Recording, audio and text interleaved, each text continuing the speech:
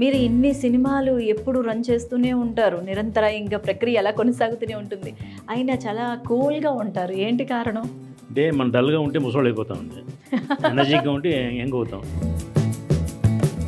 Sir August 15 సినిమాలు start చేశారు. ఒక హీరో నచ్చితే హీరోయిన్ నచ్చదు, హీరోయిన్కి ఏమో హీరో నచ్చదు, హీరోకి ఏమో హీరోయిన్ నచ్చదు.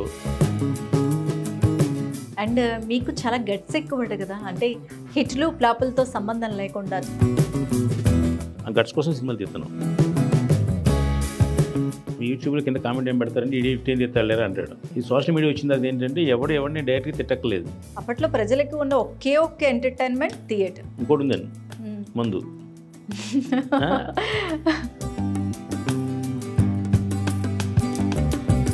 ఓటీటీకి వచ్చేస్తే మనం దీంట్లో చూడొచ్చు, ఎందుకు థియేటర్కి వెళ్ళడం అని థియేటర్కి అవేర్నెస్ పోయింది.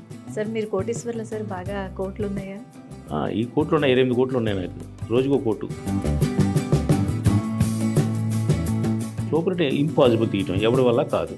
హాయ్, హలో, నమస్తే, welcome to wise monkeys media. నేను మీ కేవి. సో ఈరోజు పాడ్కాస్ట్లో మనతో పాటు ఒక స్పెషల్ గెస్ట్ ఉన్నారు. ఆగస్టు 15 సినిమాలు స్టార్ట్ చేసి ఒక సెన్సేషన్ రికార్డు నెలకొల్పారు. అండ్ ఇప్పుడే కాదండి, 2004, 2005లో కూడా 13 సినిమాలు ఒకే సంవత్సరంలో స్టార్ట్ చేసి అప్పుడు కూడా ఒక రికార్డుని నెలకొల్పారు.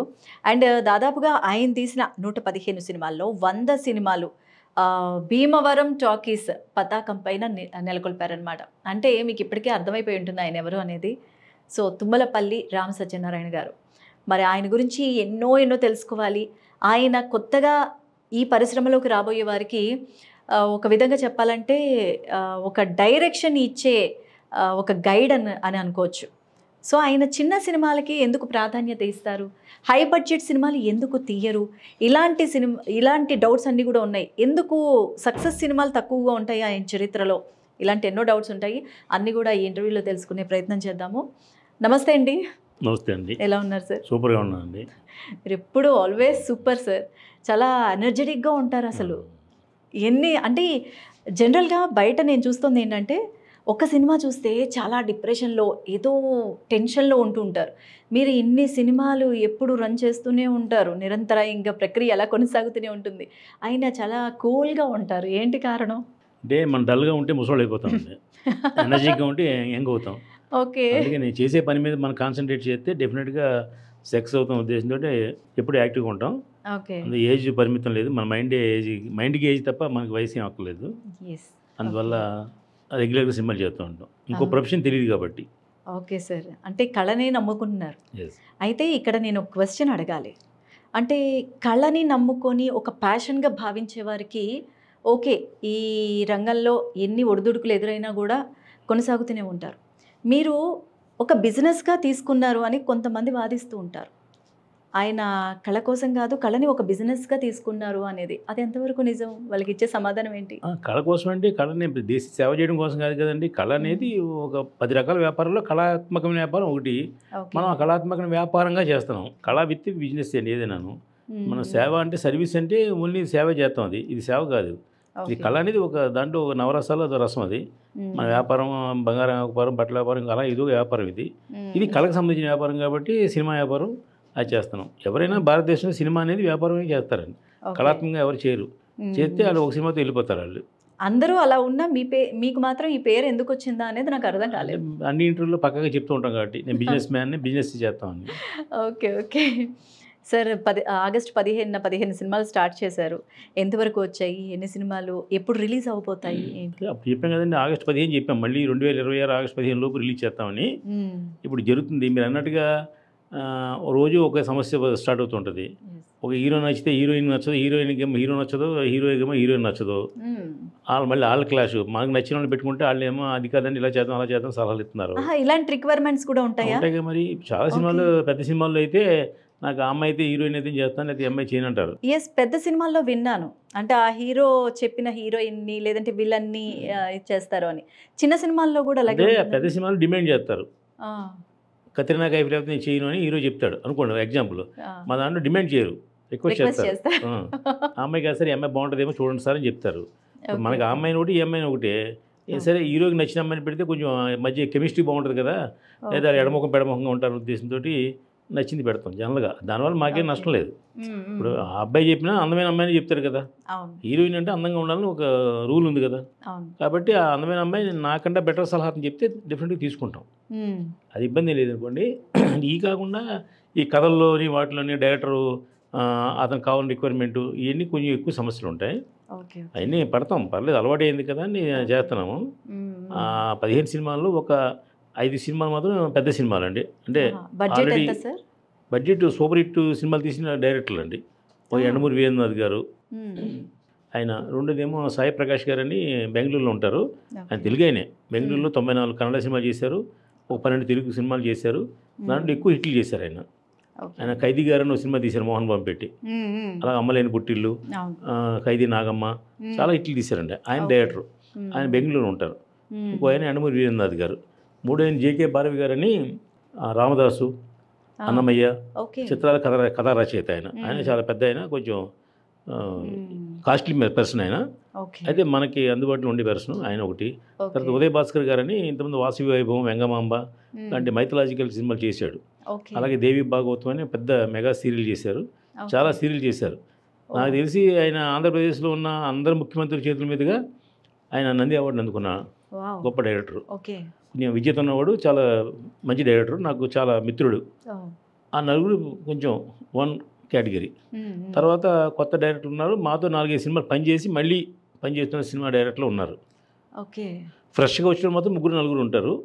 వాళ్ళు ఏం చేస్తారో మాకు తెలియదు, కానీ ఇంకా వీళ్ళు మాత్రం ఆల్రెడీ ఏం చేయగలరో మాకు తెలుసు. అంతకుమించి కొత్తగా ఏం చేయట్లేదు, ఆ చేసింది సరిపోద్ది. ఆ ఎక్స్పీరియన్స్ ఉంది కాబట్టి మనకు సరిపోతారండి.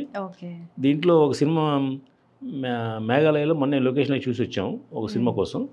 ఇంకో సినిమా మధ్యప్రదేశ్లో జరుగుతుంది, ఇంకో సినిమా బెంగళూరులో జరుగుతుంది, ఇంకో సినిమా రేపు 12 ప్యారలల్ గా అన్ని కూడా షూటింగ్స్ అయిపోతూనే ఉంటాయి. జరుగుతున్నాయి, అన్ని కాదు కానీ జరుగుతున్నాయి, ఒక 5-6 సినిమాలు జరుగుతున్నాయి. అలాగే తాడేపల్లిగూడెంలో సినిమా జరుగుతుంది. దాంట్లో ఒక కొత్త హీరో అని కాదు కానీ ఆల్రెడీ అతను 2-3 సినిమాలు చేశాడు. ఆ అబ్బాయికి ఈ సినిమాలో సోలో హీరోగా ఛాన్స్ ఇస్తున్నాము. అంతకుముందు సముద్రుడు అని ఒక సినిమా చేశారు, దానికి నగేష్ నారదాస్ అని ఒక మంచి డైరెక్టర్. అది 4 కోట్ల బడ్జెట్లో చాలా బాగా కాస్ట్లీగా తీశారు సినిమా, మంచి సినిమా అది. అది చూసినప్పుడు ఆ అబ్బాయి మీద ఇంప్రెషన్ ఉంది. సరే, ఇది అవకాశం వచ్చింది కాబట్టి ఈ సినిమాలో మెయిన్ హీరోగా ఆయనకి అవకాశం ఇస్తున్నాను. దాంట్లో ఒక అమ్మాయి హీరోయిన్, మంచి అమ్మాయి ఉంటుంది. మిగతా కథ అంతా కూడా చాలా బాగుంటుంది. దానికి ఉదయ్ భాస్కర్ డైరెక్టరు. అది రేపు 2వ తారీఖు ఓపెనింగ్. అంటే సినిమా 15 ఊరికి క్లాప్ కొట్టాం అప్పుడు. ఇప్పుడు షూటింగ్, రెగ్యులర్ షూటింగ్ 2వ తారీఖు నుంచి జరుగుతుంది. విజయదశమి సందర్భంగా ఓపెన్ చేస్తున్నాం. ఆ సినిమా రెగ్యులర్ షూటింగ్ ఏమో 8వ తారీఖు నుంచి తాడేపల్లిగూడెంలో చేస్తున్నాం. ఎందుకంటే ఇక్కడ విలేజ్ అట్మాస్ఫియర్ సినిమా అది. మా డైరెక్టర్ గారికి, మాకు అందరికీ మా సొంత జిల్లా అది. ఆ ఉద్దేశంతో అక్కడ చేస్తున్నాం. అది 8వ తారీఖు రెగ్యులర్గా 20 డేస్ అక్కడ షూటింగ్ జరుగుతుంది. సరే, ఈ మధ్యకాలంలో చిన్న సినిమాల్లో కొంతమంది అయినా కొంచెం ఎలివేటెడ్ ఆర్టిస్టులు ఉంటే ఆ సినిమా కొంచెం ముందుకు రావడానికి, అంటే ప్రజల్లోకి వెళ్ళడానికి ఒక స్కోప్ ఉంటుంది అనే వాదన వినిపిస్తోంది. అది ఎంతవరకు కరెక్ట్ అంటారు? అదేం లేదు, మీ సినిమాల్లో కూడా అలా ఉన్నా? చిన్న క్యారెక్టర్, పెద్ద క్యారెక్టర్. మొన్న లిటిల్ హార్ట్స్ అని సినిమా రిలీజ్ అయిందండి. దాంట్లో హీరోయిన్స్ ఇద్దరు ఎవరో తెలియదు, ఆడింది కదా. అలాగే కొత్త లోకాల సినిమా రిలీజ్ అయింది, అది కూడా ఎవరు లేరు దాంట్లో, అందరూ కొత్త వాళ్ళు. కన్నడ సినిమా, అది డబ్బింగ్, అది కూడా హిట్ అయింది. ఇక్కడ తెలుగు ప్రేక్షకులు ఈ కథ బాగుంటే చేస్తారు. హీరో అడ్వాంటేజ్ ఉంటుంది కానీ హీరో లేకపోయినా పర్లేదు, ప్రూవ్ చేసే సినిమాలు 2. అలాగే ఇప్పుడు 10 కోట్లు 8 కోట్లు పెట్టి తీశారు సినిమా ఒకటి మొన్న, బార్బరీ కథ అనేది తీశారు. అది జనానికి అర్థం అవ్వలేదు. అతను డైరెక్టర్ ఏదో చెప్పుతో కుట్టిన ఏదో అతను కొంచెం సెన్సేషన్, వాళ్ళకి పెయిన్ ఉంటుంది కదా. అందువల్ల దాంట్లో బోల్డ్ పెద్ద ఆర్టిస్ట్ ఉన్నారు, అయినా అది ఆడలేదు. దీంట్లో అందరూ కొత్త ఆర్టిస్టులు. 2 కోట్ల సినిమా తీస్తే 20 కోట్లు పైన చేసింది సినిమా. అలాగే మన మిరాయి సినిమా వచ్చిందండి. తేజ సజ్జా అనేది 2 సినిమాలు చేసిన అతను హీరో. అతను కూడా సూపర్ హిట్ కదా. అది పీపుల్స్ మీడియా సంస్థలో ఒక సంవత్సరం తర్వాత హిట్ కొట్టిన సినిమా అది. అంతకుముందు పెద్ద స్టార్స్ మీద తీశారు, అన్ని ఫ్లాప్లు. ఈ సినిమా హిట్ అయింది. అందులో స్టార్స్తో దీనికి సంబంధం లేదు, కథ ఉంటే మెయిన్ ఉపయోగం. లేదంటే పెద్ద స్టార్స్, ఇంకా చిరంజీవి గారు లాంటి వాళ్ళు, పవన్ కళ్యాణ్ లాంటి వాళ్ళు ఉంటే ఆ రేంజ్ వేరే. అది 300 కోట్లు 400 కోట్ల బడ్జెట్లు అవి పెద్ద బడ్జెట్ చేస్తారు, మనం చేయలేని సినిమాలు కాబట్టి. కాబట్టి చిన్న సినిమాలో కూడా కొట్టే ఛాన్స్ ఉందని ప్రూవ్ చేసిన సినిమాలు ఇవన్నీ కూడా అండి. అంత సినిమాలన్నీ కథలు ఎలా ఉండబోతున్నాయి? డిఫరెంట్ స్టోరీసా, మైథలాజికల్, లేదంటే వేరే వేరే? అన్నీ లేదు, అన్ని రకాలు ఉంటాయి. దీనిలో పలానా కథ అనే రూల్ లేదు, మాకేం మూసగా ఒకే కథలు చేయాలని లేదు. ఆ డైరెక్టర్ నచ్చిన కథ చేస్తాము. ఇప్పుడు కథని బట్టి అంటే కథ బాగుండాలని తప్ప ఏ కథ చేస్తారని లేదండి. ఆ కథ జనానికి అర్థం అవ్వాలి, జనానికి టైటిల్తో క్యాచ్ అవ్వాలి. అంటే ఒక ప్రొడ్యూసర్గా మీ దగ్గరికి వచ్చి ఓ డైరెక్టర్ కథ చెప్పినప్పుడు మీరు ఏ పాయింట్స్ని కన్సిడర్ చేస్తారు? అదేం లేదండి, నా చెప్పే కథ బాగుంది లేదు చూస్తాం తప్ప పలానా కథ కావాలి. పలానా కథ కావాలని నేను అనుకోను. ఇప్పుడు మనం అన్నీ ఒకే రకం సినిమాలు తీస్తాం. ఒకటి ప్రేమ సినిమా తీస్తాం, ఇంకోటి ఏమో father son daughter sentiment cinema తీస్తాం, అలాగా తీస్తామండి. ఇంకోటి మైథలాజికల్ సినిమా తీస్తాం. ఇవన్నీ కాకుండా ఇప్పుడు కొత్తగా ఏఐ టెక్నాలజీ వచ్చింది. మన మహానరసింహ అనే cinema, Mahavatar Narasimha animation cinema, అది సూపర్ హిట్ అయింది కదా. అది ఎవరు ఊహించలేదు, అస్సలు ఊహించలేదు. అలాగే ఇప్పుడు మనం ఏఐలో సినిమా చేస్తున్నాం, 2 సినిమాలు. అంటే ఈ 15లో ఏఐ సినిమాలు కూడా ఉన్నాయండి? 2 ఉన్నాయండి. సార్ ఇప్పుడు మహావతార్ నరసింహ అది చేయడానికి 5 సంవత్సరాలు పట్టింది అని అన్నారు. మరి నెక్స్ట్ ఇయర్ ఆగస్ట్ 15 కల్లా మీరు అనుకుంటున్న ఏఐ సినిమాలు 2 కంప్లీట్ అయిపోతాయా? ఈలోపు అయిపోతాయి, ఇంకా అంత టైం కూడా అక్కర్లేదు. అవునా? అది యానిమేషన్ సినిమా వేరు, ఏఐ సినిమా వేరు. ఏఐ సినిమా ఇంకా ఫాస్ట్గా చేయొచ్చు. అలా గ్రాఫిక్స్ సినిమా కొంచెం లేట్ అవుద్ది. ఏఐ వేరు, గ్రాఫిక్స్ వేరు, యానిమేషన్ వేరు. 3 రకాలండి. ఇప్పుడు టెక్నాలజీ ఏ కొత్తగా వచ్చింది, ఆర్టిఫిషియల్ ఇంటెలిజెన్స్ అని కొత్త టెక్నాలజీ వచ్చింది కాబట్టి మనకి అడ్వాంటేజ్ అండి. దీంట్లో మెరాకిల్ చేయొచ్చు. కెంపే గౌడ్ అని ఒక సినిమా ఆల్రెడీ ట్రయల్ రూపం చేసాం మేము, మా విజేంద్ర ప్రసాద్ గారి చేతుల మీదుగా. అది నెక్స్ట్ మంత్ 15 తారీఖు కాపీ వస్తుంది, అది రిలీజ్ చేస్తున్నాం ఫస్ట్ని. మళ్ళీ ఇంకో సింధూరా అని ఒక సినిమా జరుగుతుంది, ఆల్రెడీ వర్క్ జరుగుతుందండి. ఇంకో సినిమా కూడా ప్లాన్ చేసాం, అది కూడా జరుగుతుంది. అయితే కొత్తగా ఎవరైతే యాక్టింగ్లో ఇంట్రెస్ట్ ఉందో మీ దగ్గర క్యూ కట్టచ్చు అనమాట. క్యూ కట్టచ్చు అంటే అవన్నీ నేను చూడను, ఏ సినిమా డైరెక్టర్ చూసుకుంటాడు. ఫైనల్గా మన డెసిషన్ తీసుకుంటాం తప్ప అవన్నీ ఆ డైరెక్టర్ వాళ్ళు పడతారు, అన్నీ మనం పడలేం. అంటే ఇక్కడ మెయిన్ ప్రొడ్యూసర్స్ కూడా కొంత పార్ట్ ఉంటుంది. ఎవరైతే ప్రొడ్యూస్ చేస్తున్నారో వాళ్ళ ఇష్టాలు కూడా ఉంటాయి ఆర్టిస్టులను ఎన్నుకోవడంలో అన్నట్టు ఒక టాక్ ఉంది. అది ఇష్టం అంటే అండి, ఇప్పుడు ఆప్షన్ 1, 2, 3 ఉంటాయి కదా, దాంట్లో ఏది బెస్ట్ మనం సెలెక్ట్ చేస్తాం. అంతే తప్ప నాకు సరదా అయితే నాకు నచ్చినట్టు పెట్టుకోవాలని కోరిక లేదు. ఆ నటించి వచ్చిన డైరెక్టర్ సగం చూసుకుంటాడు పని. చూసిన తర్వాత ఈ 1, 2, 3 ఉన్న దీంట్లో ఎవరు ఆప్షన్ బాగుంటుందని డైరెక్టర్ నేను కలిసి కూర్చొని మాడుకుంటాం. లేదు ఇప్పుడు చెప్పాను కదా, హీరో గారు కూడా ఇన్వాల్వ్ అయ్యి ఏమంటే అమ్మాయి బాగుంటుంది సలహా ఇచ్చాను అనుకోండి, ఆయన ఇష్ట ప్రకారం అది కూడా చేస్తాం. అండ్ మీకు చాలా గట్స్ ఎక్కువ కదా, అంటే హిట్లు ఫ్లాపులతో సంబంధం లేకుండా చాలా సినిమాలు తీస్తూ ఉంటారన్న ఒక పేరు కూడా ఉంది. జనరల్గా ఇప్పుడు ఒక సినిమా ఫ్లాప్ అయితే నెక్స్ట్ సినిమా హిట్ కొట్టాలి అని చెప్పేసి కొంచెం ఎస్టాబ్లిష్డ్ ఆర్టిస్టులతో చేయడం ఇలాంటివి చేస్తూ ఉంటారు. కానీ మీరు వినూత్నంగా ప్రయత్నాలు చేస్తూనే ఉంటారు. ఏంటి సార్ ఆ గట్స్ కారణం ఏంటి అసలు? అదే ఇప్పుడు మీరు కొత్తగా బస్ దిగినోడేమో హిట్ సినిమా తీద్దాం అనుకుంటాడండి. మేము ఆల్రెడీ అన్ని 115 సినిమా తీసాం కదా, హిట్ ఎలాగవుద్దో ఫ్లాప్ ఎలాగవుద్దో తెలుసు మనకి. కాబట్టి హిట్ సినిమా తీస్తాను అబద్ధం అంటే ఆడతాను. నేను 15 సూపర్ హిట్లే తీస్తున్నాను, అబద్ధం ఆడతాను మీతో. అలా ఆడితే బాగుంటుందని అలా ఆడతా. కానీ కింద కామెంట్ పెడతారు, యూట్యూబ్లో కింద కామెంట్ ఏం పెడతారంటే ఇది హిట్ ఏం తీస్తాడు లేరా అంటాడు. ఆ మాటకి నేనే హిట్ తినని చెప్తే ఆడు హ్యాపీ ఫీల్ అవుతాడు. ఈ సోషల్ మీడియా వచ్చిన తర్వాత ఏంటంటే ఎవరిని డైరెక్ట్గా తిట్టక్కలేదు, ఆడు కింద కామెంట్ పెడితే చాలు. పవన్ కళ్యాణ్ గారు 100 కోట్లు 200 కోట్లు పెట్టి తీసిన సినిమాను కూడా తిడతాడు. అందరినీ తిట్టి హక్కు వాళ్ళకి ఇచ్చేసారు గవర్నమెంట్. అలా ఇప్పుడు మనం ఏంటంటే హిట్ ఎలాగవుద్ది న్యాయంగా, అసలు మనకు కూడా కామన్ సెన్స్ లేదు, బుర్రలేదా మనకి. మన బడ్జెట్ ఎంత, మనం ఏ బడ్జెట్లో తీస్తున్నాం, మన హీరో ఎవరు, మన హీరోయిన్ ఎవరు, మన డైరెక్టర్ ఎవరు, గతంలో చరిత్ర ఉంది, ఇది లెక్కేసుకోవాలి. ఇది మనం అంటే వాస్తవంగా ఉంటే. అవాస్తవంగా ఉంటే నోటు క్వశ్చన్ మాడాలంటే సూపర్ హిట్ తీస్తున్నాను అని చెప్తాను నేను. సూపర్ హిట్ ఇంపాసిబుల్ తీయటం ఎవరి వల్ల కాదు. మీకు 250 సినిమాలు రిలీజ్ తయారవుతున్నాయి చెప్పాం కదా, మా దగ్గర అన్ని స్టాటిస్టిక్స్లో ఉంటాయి. ఏ రోజు ఎక్కడ కలెక్షన్ ఎంత వచ్చింది, ఏ థియేటర్లో ఏ సినిమా ఆడుతుంది అన్నీ మాకు ఎవ్రీ మినిట్ మాకు అప్డేట్ ఉంటుంది. మీకు ఉదయం 11 గంటలకి వైజాగ్లో ఏ థియేటర్లో ఏ కలెక్షన్ ఎంత ఉంది, అనంతపూర్లో ఏ సినిమా ఏ థియేటర్లో ఎంత కలెక్షన్ ఉంది, భీమవరంలో ఏ థియేటర్లో ఎంత కలెక్షన్ ఉంది, అన్నీ మా దగ్గర ఉంటాయి స్టాటిస్టిక్స్ అన్నీ. కాబట్టి అసలు తెలుగు చలనచిత్ర పరిశ్రమ వచ్చిన తర్వాత సక్సెస్ రేటింగ్ ఓన్లీ 10% అండి. ఇప్పుడు ఆ రోజుల్లో ఎన్టీ రామారావు, నాగేశ్వరరావు ఉన్న రోజుల్లో కృష్ణ గారు ఒకే సంవత్సరంలో 15 సినిమాలు తీశారు యాక్టర్ హీరోగా. 15 సినిమాలు 3 సినిమాలు ఆడి, మిగతా 12 సినిమాలు ఫ్లాప్లు. అయినా మళ్ళీ 15 సినిమాలు తీశారు. ఎలా తీశారు అంటే కృష్ణ గారు ఎకనామికల్గా బడ్జెట్లో తీస్తారు కాబట్టి ఆ సినిమా ఫ్లాప్ అయినా కూడా నిర్మాత సేఫ్ అయ్యేవాడు అప్పట్లో. ఇప్పుడు నేను చెప్పిన స్టార్స్ లేరు కదా, అందరూ కొత్త వాళ్ళే. పూర్వం ఒక సినిమా మేము తీస్తే నేను ఎప్పుడో కాదు నేను చెప్పేది, ఒక 2015 లేదా 2020 వరకు కూడా నేను తీసిన ప్రతి సినిమాని బిజినెస్ చేసాం. అంటే అవంతిగా సినిమా తీసామండి 9 సంవత్సరాలు అని చెప్పి తీసి ఆ సినిమాని అన్ని ఏరియాలకి బయర్స్కి అమ్మాం. అన్ని ఏరియాలు బయర్ సేఫ్ అయ్యాడు, నేను సేఫ్ అయ్యా. నా డైరెక్టర్కి ఆ సినిమా మంచి అప్పలాజ్ వచ్చింది, అతను కూడా మళ్ళీ ఇంకో 2 సినిమాలు వచ్చినాయి అతనికి. దాని తర్వాత నరసింహపురం అని ఇంకో సినిమా చేశాడు. కారణం ఏంటంటే ఆ సినిమాని మనం పబ్లిసిటీ ప్రమోషన్ చేసి రిలీజ్ చేసాం. దాంట్లో పూర్ణ నాకు అమ్మాయి ఉంది, ఆ సినిమా శ్రేయాజీ షిండే చాలామంది ఉన్నారు, ఇవన్నీ కలిసి వచ్చినాయి. కానీ ఆ సినిమా కూడా హిట్ కాదు, సేఫ్ సినిమా అది. హిట్ అంటే ఏంటంటే ₹1,00,00,000 తీసిన సినిమాని 4 కోట్లు చేస్తే హిట్, లేకపోతే 1,50,00,000 చేస్తే హిట్. కానీ మన సినిమా ₹1,00,00,000 సినిమా అట్లీస్ట్ ₹1,00,00,000 చేస్తుంది మాకు మేము తీసే సినిమా. అంటే లాస్ అనేది రావట్లేదు. ఉంటాయి, లాస్ట్లో కూడా ఉంటాయి, కానీ ఎంతోంత సేఫ్గా ఉంటాం.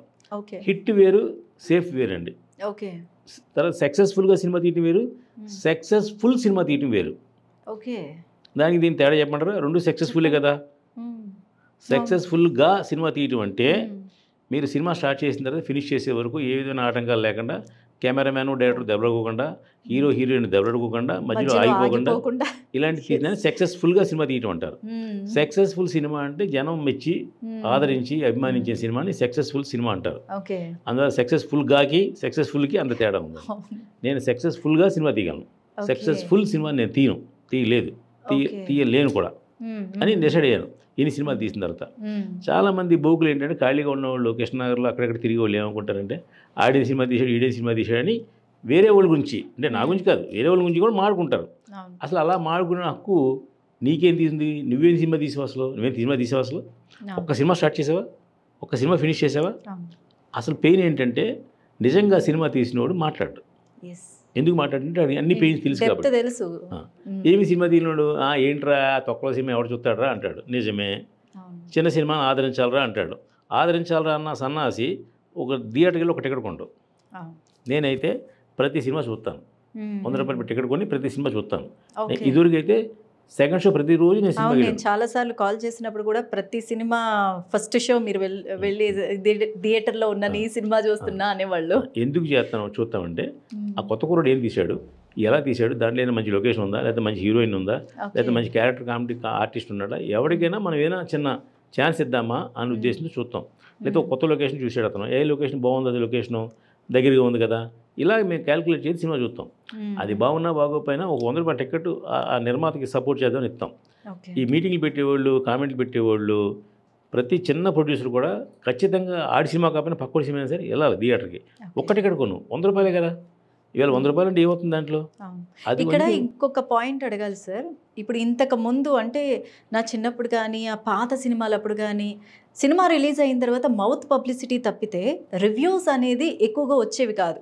మహా అయితే ఏ పేపర్లోనో వచ్చినప్పుడు చదవడమే, ఆ స్టోరీ కథ ఏంటి అనేది చెప్పడం, అలాగా చదవడమే తప్పితే ఇప్పుడు సినిమా వచ్చిన వెంటనే రివ్యూవర్స్ ఎక్కువగా వేస్తున్నారు. బయటకు వచ్చేసి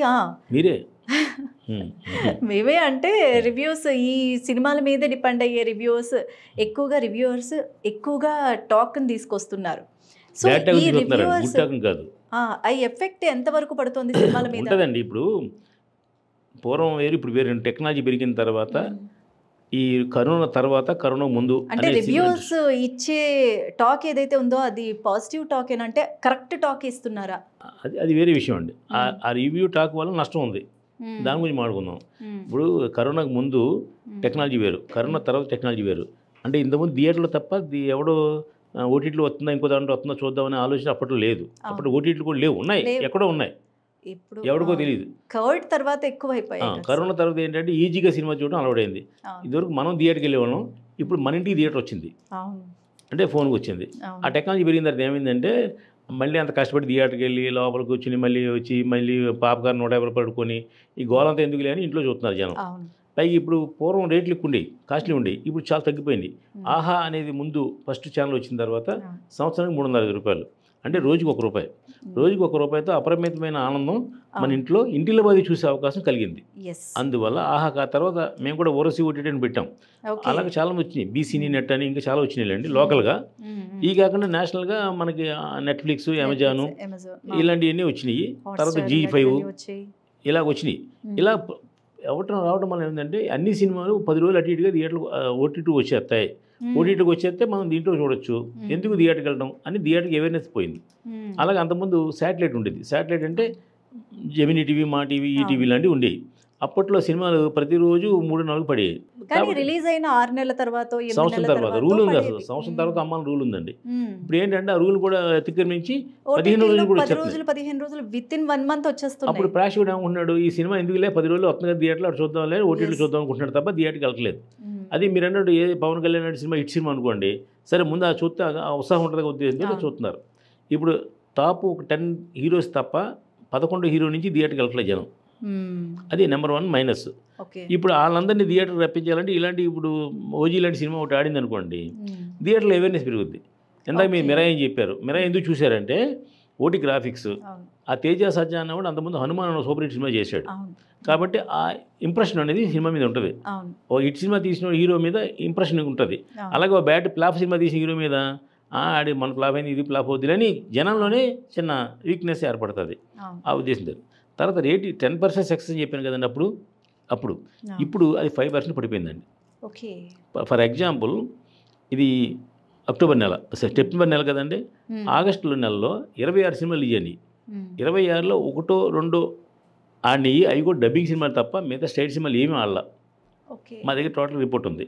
ఆ తర్వాత సెప్టెంబర్ ఉందనుకోండి, ఈ సెప్టెంబర్లో భగవంతు దేవల 2 డబ్బింగ్ సినిమాలు 2 స్టేట్ సినిమాలు కూడా ఆడినాయి. అంటే సెప్టెంబర్ రేటింగ్ 4-5 సినిమాలు హిట్లు వచ్చే ఛాన్స్ ఉంది. ఇలాగా రేటు సక్సెస్ రేటు పెరిగితే థియేటర్లో ప్రేక్షకుడు వస్తాడు, థియేటర్లో సీట్లు ఖాళీ సీట్లను దులిపేవారు.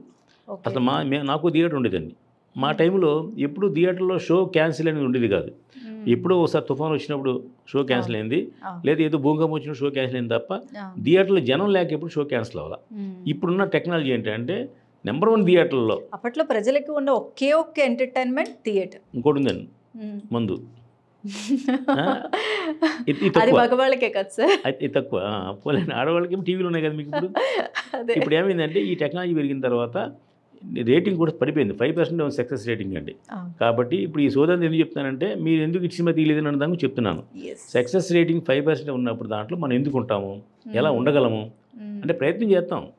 డైరెక్టర్ నా కోసం కాకుండా డైరెక్టర్ కోసమే తపన పడతాడు, ఆ హీరోయిన్ తపన పడతాడు వాళ్ళ కోసం. వాళ్ళని బట్టి వాళ్ళు హిట్ వస్తే వాళ్ళ దగ్గరికి వస్తే నాకు వచ్చినట్టుగా నాదే కదా సినిమా, అంతే తప్ప హిట్ అనేది ఇంపాసిబుల్. ఇప్పుడు కాదు, భవిష్యత్తులో ఇంకో 10 సంవత్సరాల పైన ఇంపాసిబుల్. ఎక్కడో ఇప్పుడు మీరు అనొచ్చు మరి లిటిల్ హార్ట్స్ హిట్ అయింది కదా అని. ఆ లిటిల్ హార్ట్స్ బడ్జెట్ 3 కోట్లు అండి. అంతకుముందు బలగొండ సినిమా హిట్ అయింది, దాని బడ్జెట్ 5 కోట్లు. మ్యాడ్ అని ఒక సినిమా రిలీజ్ అయింది, మ్యాడ్ స్క్వేర్ అని ఒక సినిమా రిలీజ్ అయింది, అవన్నీ 5 కోట్ల బడ్జెట్లు. మరి మీరు తీసిన సినిమాల్లో 5 కోట్లు 3 కోట్ల బడ్జెట్ ఏమైనా ఉన్నాయా? ఉండవు. లక్షల్లోనేనా సార్? లక్షల్లోనే, కోటి రూపాయల లోపే. ఒకవేళ కోటి కూడా అయ్యేలా ఉంటే దాన్ని 1 లక్ష తగ్గిస్తాం, 99 లక్షలు చేస్తాం. అంటే కోట్లు ఉండకూడదని. ఏంటి ఆ కోటికి ఏమైనా ఉందా, సిగ్నేచర్ ఉందా? కోటి పైన తీస్తే డబ్బు పోతుంది మళ్ళీ. కోటి లోపు తీద్దామని అండి, కోటి లోపు తీస్తాం అని న్యూమరాలజీ ఏం లేదు దాంట్లో. అంటే 15 సినిమాలు 99 లక్షలు పెట్టి తీసే బదులు ఒకే సినిమా కొంచెం హై బడ్జెట్ లో ఒకసారి పోద్ది డబ్బు అన్న ఆలోచన. ఒకసారి పోద్ది, అయితే 15 సార్లు పోద్ది. ఈ 15 సార్లు థియేటర్ రేట్స్ అమ్ముకోవచ్చు, 15 శాటిలైట్ అమ్ముకోవచ్చు, 10 ఓటీటీకి అమ్ముకోవచ్చు. సార్ మీరు కోటీశ్వర్ల సార్, బాగా కోట్లు ఉన్నాయా? ఈ కోట్లు ఉన్నాయి, 28 కోట్లు ఉన్నాయి నాకు, రోజుకో కోటు. కోటీశ్వరుడికి కోట్లకి తేడా ఉందండి. అంటే ఏం పర్లేదు, అంటే మనకు సరిపడే డబ్బు ఉందండి. ఇన్కమ్ ట్యాక్స్ వచ్చి రేట్ చేసే డబ్బు లేదు, ఏమన్నా అప్పటికి అవసరం అవసరం లేదు. నా సినిమాకి నాకు సఫిషియెంట్ నేను డబ్బు రెడీ చేసి సినిమా తీస్తా.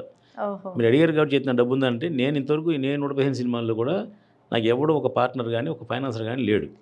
సినిమా ఇండస్ట్రీలో ఫైనాన్స్ లేకుండా సినిమా తీసేవాళ్ళు నాకు తెలిసి ఉండరు. ఒకళ్ళు 2-3 ఉన్నారేమో, ఎందుకంటే వాళ్ళని అవమానించడం దేనికి, మనం 2-3 ఉండొచ్చేమో, లేదా 5% ఉండొచ్చేమో అనుకుందాం, పక్కన పెట్టండి. నాకైతే లేదు, నేనైతే ఫైనాన్స్ తీసుకోను. నాకు పార్ట్నర్స్ నేను ఎంటర్టైన్ చేయను, పార్ట్నర్స్ నేను వ్యాపారం చేయను. ఇది నా పాలసీ. అంటే నేను సక్సెస్ అవ్వడానికి కారణం, సక్సెస్ సినిమా తీయడం కాదు, సక్సెస్గా ఫుల్గా సినిమా తీయడం కారణం నా ఓన్ డెసిషనే. మళ్ళీ ఇంకోటి ఏమైనా జాయిన్ చేసినాడు, ఏమో చిరంజీవి పెట్టినంటాడు, ఇంకోటి వచ్చి బాలకృష్ణ పెట్టినంటాడు, ఇలా క్లాష్ వస్తుంటాయి.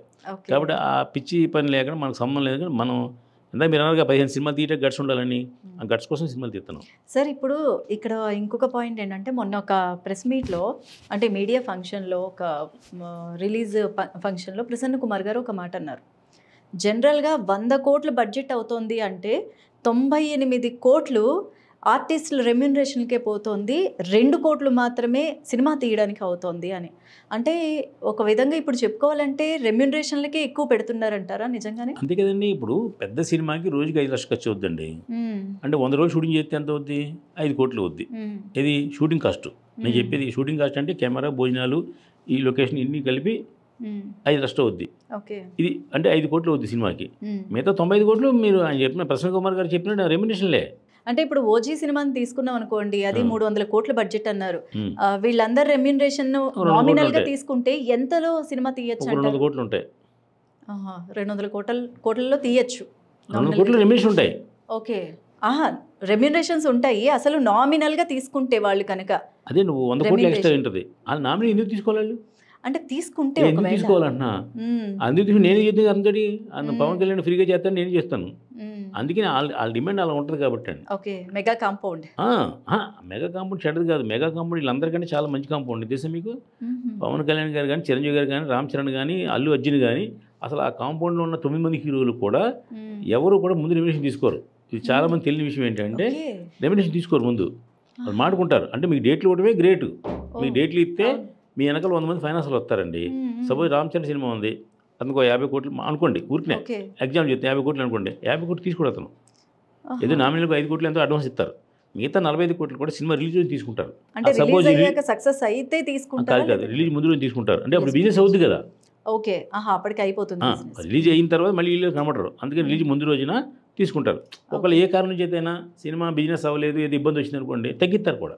అలా తగ్గించిన హీరోలు చాలా మంది ఉన్నారు. హరిహర వీరమల్లు కూడా వెనక్కి ఇచ్చిన హీరోలు ఉన్నారు. అప్పుడు సపోజ్ చిరంజీవి గారు లాంటి వాళ్ళు అయితే ఖచ్చితంగా ఆయన తీసుకున్న సపోజ్ ఒక 50 కోట్లు తీసుకుని అనుకోండి, ఆయనండి ప్రొడ్యూసర్ బ్యాడ్ పొజిషన్లో ఉన్నాడు, బాలాశంకర్ సినిమా ఆడలేదు, ఇబ్బంది ఉంది, ఆయన వెంటనే 50% వెనక్కి ఇస్తారు వాళ్ళు. అలాగే వినాయక్ గారు లాంటి డైరెక్టర్లు చాలా సినిమాలు వెనక్కి ఇచ్చారు. వినాయక్ గారు సినిమా తీశారు, అఖిల్ పెట్టి సినిమా తీశారండి. ఆ సినిమాకి ఏదో ఒక రెమ్యునేషన్ మాడుకున్నారు. ఆ రెమ్యునేషన్ ఆయన దాంట్లో సగం పైగా వెనక్కి ఇచ్చారు. ఎందుకు ఇచ్చారు? హ్యూమానిటీ. ఇంట్రెస్ట్లో ఉన్నాడైనా సరే ఎందుకు ఇబ్బంది పెడుతుంది అనే ఉద్దేశం సగం తీసుకున్నారు. ఇక్కడ ప్రతిదీ కూడా డిమాండ్ అండ్ సప్లై పాలసీలో ఉంటుంది. రెండోది చాలా ఎక్కువ హ్యూమానిటీ ఉంటుందండి. చాలా మంది తక్కువ మంది ఉంటారు, ఏదైనా నాకే సంబంధం లేదు, నాది ఇది అనేవాళ్ళు చాలా తక్కువ మంది ఉంటారు. పెద్ద కాంపౌండ్లో ఉన్న హీరోలు కానీ, పెద్ద డైరెక్టర్లు కానీ ఎప్పుడు సపోర్ట్ చేస్తారు.